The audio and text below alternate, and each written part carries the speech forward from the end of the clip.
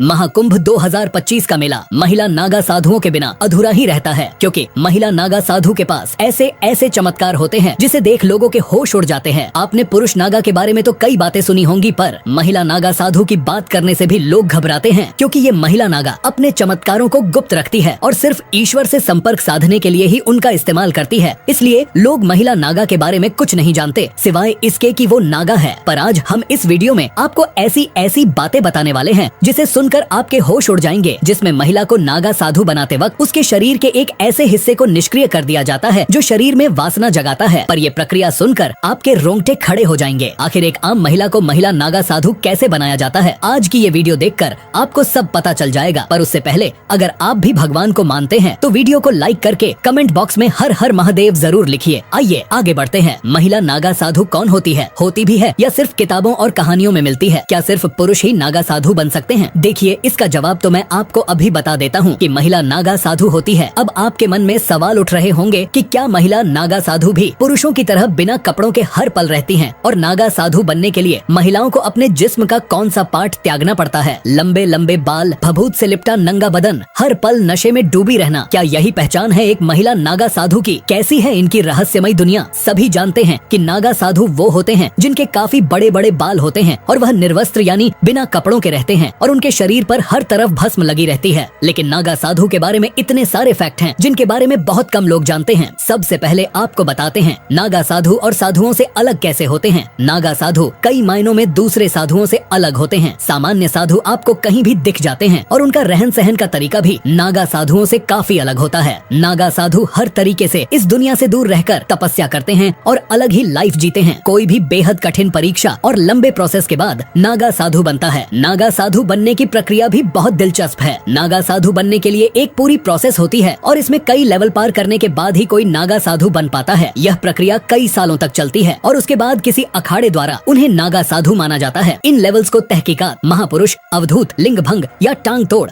नाम दिए गए हैं। इसमें सबसे पहले तहकीकात की प्रक्रिया होती है, जिसे अखाड़े में एडमिशन की तरह माना जा सकता है। इसमें पहले नागा साधु बनने के इच्छुक इंसान की अखाड़े में एंट्री होती है और जांच पड़ताल की जाती है। इस दौरान अखाड़े के लोग यह तय करते हैं कि यह नागा साधु बन सकता है या नहीं। उसके बाद इन्हें अखाड़े में शामिल किया जाता है और कई सालों तक उन्हें साधुओं के साथ तपस्या करनी होती है। कई साल तक तपस्या करने के बाद जब वह नागा साधु बनने के लिए तैयार होते हैं तो उसके बाद उनकी कई स्तर पर परीक्षा होती है। इस दौरान उनके तप त्याग की जांच की जाती है। पहले की प्रक्रिया ब्रह्मचर्य होती है। इसके बाद उन्हें महापुरुष बनाया जाता है। इस प्रक्रिया में उन्हें रुद्राक्ष दिए जाते हैं जो अक्सर नागा बाबा के शरीर पर दिखाई देते हैं। इसके बाद अवधूत प्रोसेस से गुजरना पड़ता है, जिसमें उन्हें बाल कटवाने पड़ते हैं, मतलब मुंडन होता है और खुद का ही पिंड दान करना पड़ता है। ऐसे में वह अपने परिवार और संसार के लिए मृत हो जाते हैं। इसके बाद वह साधना करते हैं और भगवान में ही लीन हो जाते हैं। इसके बाद एक प्रक्रिया होती है जो अखाड़े में लगे एक खंबे के नीचे होती है। इसी प्रक्रिया में कई रिवाज पूरे किए जाते हैं, जिसमें लिंग भंग की प्रक्रिया भी होती है। इसके बाद उन्हें वासना आदि से मुक्त कर दिया जाता है और उनके लिंग को एक तरह से निष्क्रिय कर दिया जाता है। इस प्रक्रिया के बाद नागा साधु बनते हैं और कुंभ के दौरान ही कई गुरुओं द्वारा नागा साधु बनाया जाता है महिला। नागा साधु के बारे में जानने से पहले क्या आपने कभी एक नागा साधु को देखा है? नीचे कमेंट्स में यस लिखकर जरूर बताइए। आपको बता दें कि महिला नागा साधु बनने से पहले यहाँ महिलाओं को 10 से 15 साल तक कठिन ब्रह्मचर्य का पालन करना पड़ता है। इसके बाद अगर इन महिलाओं के गुरु इस बात से संतुष्ट हो जाते हैं कि महिला ब्रह्मचर्य का पालन कर सकती है, तभी उसे दीक्षा प्रदान की जाती है। नागा साधु बनने के लिए दृढ़ इच्छा शक्ति और सन्यासी जीवन जीने की प्रबल इच्छा होनी चाहिए। महिला नागा सन्यासन बनने से पहले अखाड़े के साधु संत उस महिला के घर परिवार और उसके पिछले जन्म की जांच पड़ताल करते हैं। महिला को भी नागा साधु बनने से पहले खुद का ही पिंड दान करना पड़ता है और पुरुषों की ही तरह महिला नागा साधु का भी मुंडन किया जाता है और फिर उस महिला को नदी में स्नान के लिए भेजा जाता है। महिला नागा सन्यासिन पूरा दिन भगवान का जाप करती रहती हैं और सुबह सुबह जल्दी उठकर शिव जी का जाप करती है। इसके बाद दोपहर में भोजन करने के बाद फिर से शिव जी का जाप करती हैं और शाम को सोती है। अखाड़े में महिला साधुओं को पूरा सम्मान दिया जाता है।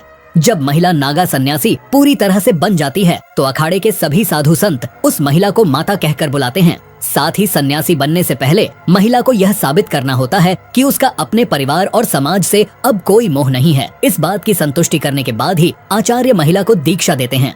आपको बता दें कि महिला साध्वी को पूरी तरह से नग्न अवस्था में रहने की इजाजत नहीं है। वो बॉडी पर एक भगवा कपड़ा लपेट कर रहती हैं। ठंड हो या फिर बरसात, हर मौसम में यही ही एकमात्र उनकी पोशाक है। तीर्थों में भी महिला साधुओं को नग्न स्नान करने की परमिशन नहीं है। आपको जानकर हैरानी होगी कि कई अखाड़ों में नागा साधु की दीक्षा लेने के लिए विदेशी महिलाओं की संख्या काफी ज्यादा होती है। भारत में जिस तरह नागा साधु इतने कठोर होते हैं और इतनी परेशानियों के बावजूद बिंदास जीते हैं, इसके पीछे क्या वजह है, यह जानने के लिए बाहर के लोगों में काफी दिलचस्पी होती है। यही वजह है कि कुंभ में नेपाल से बहुत सी महिलाएं आती हैं। इनमें कई साध्वी ऐसी होती हैं जो गृहस्थ जीवन को त्याग कर साध्वी बन गई होती है। जूना अखाड़े में इस तरह की कई साध्वी हैं। इसके अलावा जर्मनी, मॉस्को, अमेरिका समेत अन्य देशों की महिलाएं भी साधु बन जाती हैं। इनमें तो कई ऐसी हैं जो बिल्कुल यंग है, जो पढ़ी लिखी हैं। सच कहूँ तो इन्हें हरिभजन के अलावा अन्य किसी से कोई मतलब नहीं। ये सभी साध्वी अखाड़ा के नियमों के मुताबिक ही पहनावा और तिलक से सबका श्रृंगार करती हैं।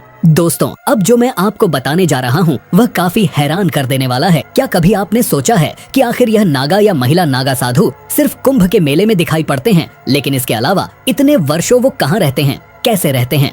शायद ही आप में से किसी ने इस बात पर गौर किया होगा। नागा साधु हमेशा तपस्या में लीन होते हैं। वो साधना के लिए अखाड़े को छोड़ देते हैं और कंदरा में चले जाते हैं। कंदरा का मतलब होता है पर्वतों में मौजूद सुरंग। इसमें भी कई तरह के नागा साधु होते हैं और जगह के नाम पर उनके नाम होते हैं। जैसे पर्वतों में रहने वाले नागा साधुओं को पर्वतागिरी, नगर में रहने वाले साधुओं को पुरी, जंगल में रहने वाले साधुओं को अनन्य कहा जाता है। ये अलग अलग जगहों पर रहते हैं। माना जाता है कि कुंभ से पहले और कुंभ के बाद नागा सन्यासी हिमालय और अन्य पहाड़ों और जंगलों की गुफाओं में बैठकर तपस्या में लीन हो जाते हैं। ये आमतौर पर एक गुफा में कुछ साल रहते हैं और फिर दूसरी गुफा में चले जाते हैं। किसी को मालूम नहीं होता कि वो इन दिनों कहाँ हैं और क्या कर रहे होंगे। कई बार बहुत से नागा बाबा इन दिनों सन्यासी वस्त्र भी धारण कर अलग अलग जगहों पर घूमने लगते हैं। वहीं कुछ निर्वस्त्र बाबा गुप्त जगहों में जाकर तपस्या करने लगते हैं। इस दौरान वो जड़ी बूटी और कंदमूल पौधे के साथ जंगलों और पहाड़ों पर होने वाले खाने की चीजों से अपने पेट भरते हैं। वो घूमते भी रहते हैं, लेकिन यह सब इतने सीक्रेट तरीके से होता है कि किसी को पता नहीं चलता। कुछ नागा साधु झुंड में निकलते हैं तो कुछ अकेले ही यात्रा करते हैं। कई बार ये जिस तरफ गुफाओं में बैठते हैं, कई दिनों तक भूखे प्यासे भी बैठे रह जाते हैं। अब आप सोच रहे होंगे कि जब यह नागा साधु अपनी पहचान छुपाकर इधर उधर भ्रमण करते हैं, तो फिर यह करिश्माई तरीके से कुंभ में कैसे नजर आते हैं? कौन देता है उन्हें इस बात की जानकारी?